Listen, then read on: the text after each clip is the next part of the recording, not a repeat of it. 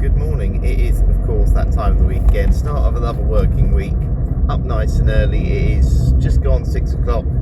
The roads are lovely and quiet. I love it at this time, and of course that allows me a chance to do one of these fragrance drive-alongs again. And we've touched on a lot of topics now. It's going to be a good few months since I started doing these ones, and today I thought we could talk about notes in fragrances that I think are a little bit overrated, or I think overrated is probably the harsh word, but ones that I'm not a big fan of, and kind of maybe just give my reasons as to why I don't like them, because there's a few things in fragrances where I go, I wouldn't buy that because that's in it, and that's the prominent note. And I'm going to start with the first one. And look, there's some fragrances with this note in that I do like. Freshly Ever After by Lush, which I've done a review on recently. I'm a big fan of that one, but it's because it's slightly utilised slightly differently in that fragrance, and it's apple. So we're going to start with the letter A for apple. Yeah, not a big fan of apple in fragrances. A lot of the time they tend to have this kind of almost apple pie sort of smell to them. The fragrance that kind of made me realise I didn't like it was Dressardi Riflesso, and it got quite a bit of hype online by a few fragrance people, and I thought, it sounds quite nice. It's because it had a little bit of that La Nuit de l'Homme, which is obviously a very popular fragrance, sent DNA according to a lot of people, almost on a budget. And I smelled it, and I just felt it had this horrible feeling of, like, you know, if you've had an apple, you've cut an apple, and you've just let it, you know, you haven't eaten it for an hour or two, and it's kind of gone a little bit brown. That's kind of what I got with this. It was almost like a brown apple that had kind of gone off, and that sweet sort of apple in fragrances I just don't really like. It almost, to me, it almost sort of has that smell of an apple that's gone off, whereas those really crisp green apples in fragrances like Freshly After by Lush, much nicer, much more crisp and refreshing, and a bit more uplifting on a nice sort of hot day. I know that essentially you could utilise them in different situations. A nice sort of, you know, that sweeter apple pie sort of smells is better for those maybe night out, date night situations, and obviously a crisp apple is more suited to the day. But I just find personally it's just not for me. Never found it particularly a strong performer apple as a note in particular. So yeah, it's just not for me, that one. I mean, again, I'm interested to know what other people think of apple, but I'm not the biggest fan of it. And to be honest, when I think of a lot of the notes that I'm going to say today, they tend to be a bit more gourmand or food, drink related. And the next one I'm going to go for here is, again, it may be more a case that I haven't tried it, but I think it's more linked to women's fragrances, and it does bring a bit of a bitterness that I don't always want in perfumes, and that's tea. Yes, black tea in particular can be a funny fragrance note. For me, it's never going to be, and there's a lot of fragrances that are marketed or just called like tea. I mean, there's a white tea fragrance which we've spoken about recently by Cause, and I just find it brings a bitterness to a fragrance that actually makes them too serious at times. Again, I love drinking tea, but I never have smelt tea and thought, I really want that in a fragrance. You know, when you think of something like coffee I'm a huge fan of drinking it, and I do like it in fragrances as well, and you get that feeling of, I can understand why coffee is in fragrances, because, you know, I'm somebody who serves coffee and does that sort of thing as well. You open a coffee bag, you just love that aroma, so I can completely understand why that's being used, whereas tea doesn't have that for me. It doesn't really have any playfulness, it doesn't really have any, again, a little bit like we were saying with apple, it's not particularly a strong fragrance or strong performer.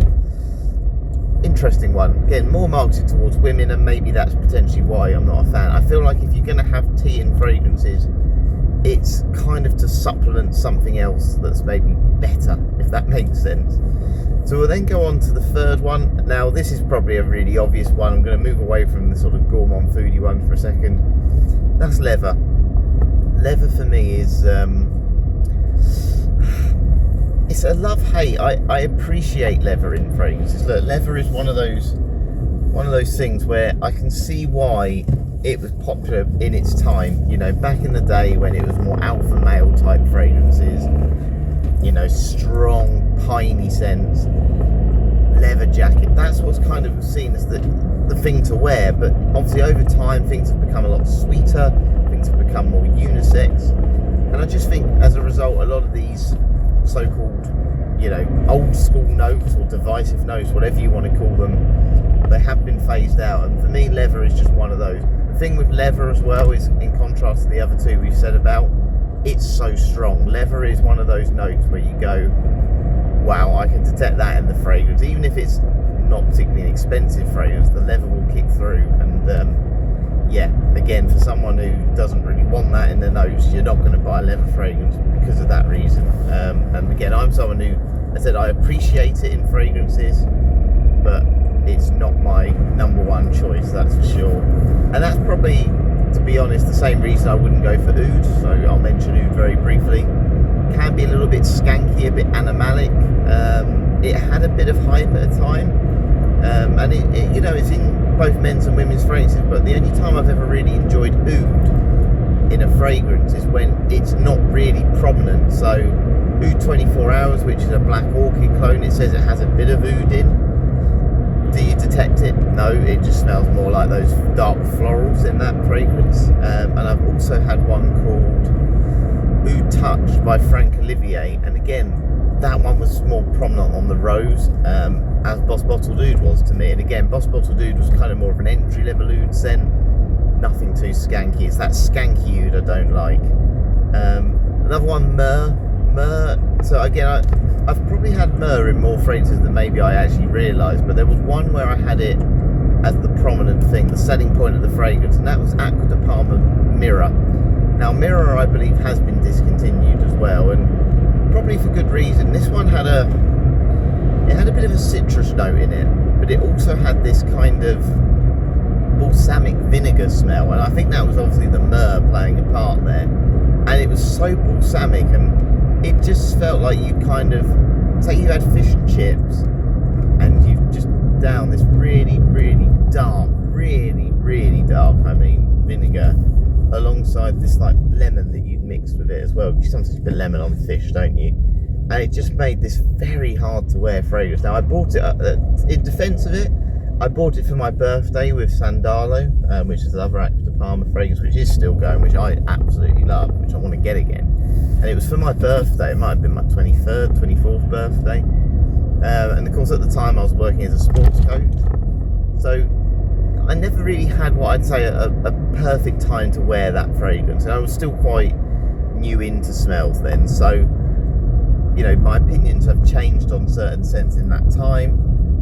I can't really say 100%, oh, you know, I'd hate it as much as I did now. I don't think, though, if I'm being honest, would I buy it again? No. If it was available, would I really like it again and go to the point of I completely changed my opinion? No, I wouldn't. You know, it said I appreciate it, but it's not for me. And obviously, based on the fact it's probably been discontinued, I don't think it's for a lot of people. So, unfortunately, myrrh is in there as well. Now, I'm going to go on to a couple of florals and a bit of spice in a minute as well, but we're going to start with Carnation. Now, I'll be honest with you, I say Carnation, and I can't 100% say it's the Carnation that's the main problem in these fragrances, but there's a lot of old school scents, retro scents, that have this urine smell. If you're someone who's tried a lot of old school fragrances, you will know what I mean by saying that. There's something in it. It's one of the florals that definitely has this horrible sort of urine smell. And I've tried to do a bit of research over the years and detect what is that note, because sometimes you look at them and you go, well, those notes are in the fragrances here that I've got, modern fragrances that I really like. So what is it that's in that's causing this horrible sort of urine smell? And Carnation is the one note I've noticed is in a lot of old school fragrances, very rarely used today in modern scents. And I just wonder if that's bringing this kind of old urine sort of floral smell that I'm not a fan of. And again, it's very hard with old school fragrances to know specifically what it is, because they've got a note breakdown that can have 20, 30 notes in, whereas today you might only get 3 or 4 notes that they tell you in these new fragrances. Back in the day, they told you everything. There was no secret of what was in the fragrances, and that's why they were just so different and so unique. And I'm maybe being harsh on Carnation there, but I think there's got to be a reason why it's not being used so much. Now, Spice is a difficult one because there's a lot of spices out there, and I'm going to give I'm going to give one spice one. I'm going to go on to something slightly different, but I'm going to just say cinnamon. I really like cinnamon in certain fragrances again, but when cinnamon is prominent and it's the top note in a fragrance, I'm not a big fan. It kind of stings my nostrils a little bit, and again, I think if it's in combination with vanilla, but vanilla's more prominent, or caramel, I see the benefits of it, and I see exactly why it's in perfume. I love cinnamon in food and all those things, but sometimes in fragrances it can be a little bit aggressive, and I find spice in general, not just cinnamon, spice in general can be quite hard on that.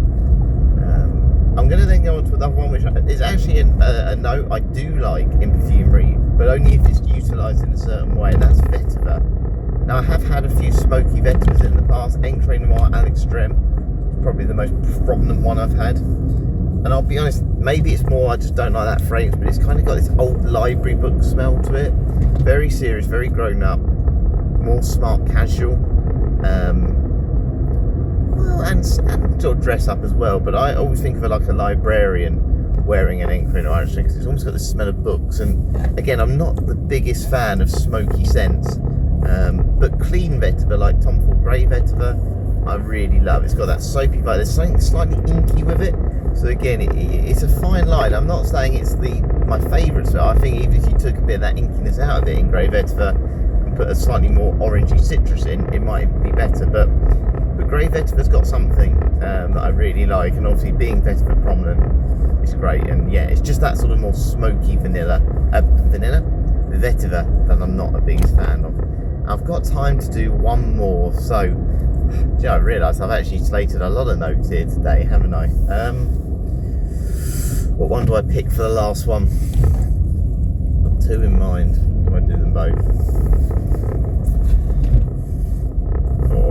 No, let's pick one, because I do actually quite like bergamot at times, but it's never my number one. I do like bergamot. What am I saying? That's harsh on bergamot. All I'll say with bergamot, I have had a few bergamot fragrances, and the performance lets them down sometimes with them. Again, it's a top note in fragrances.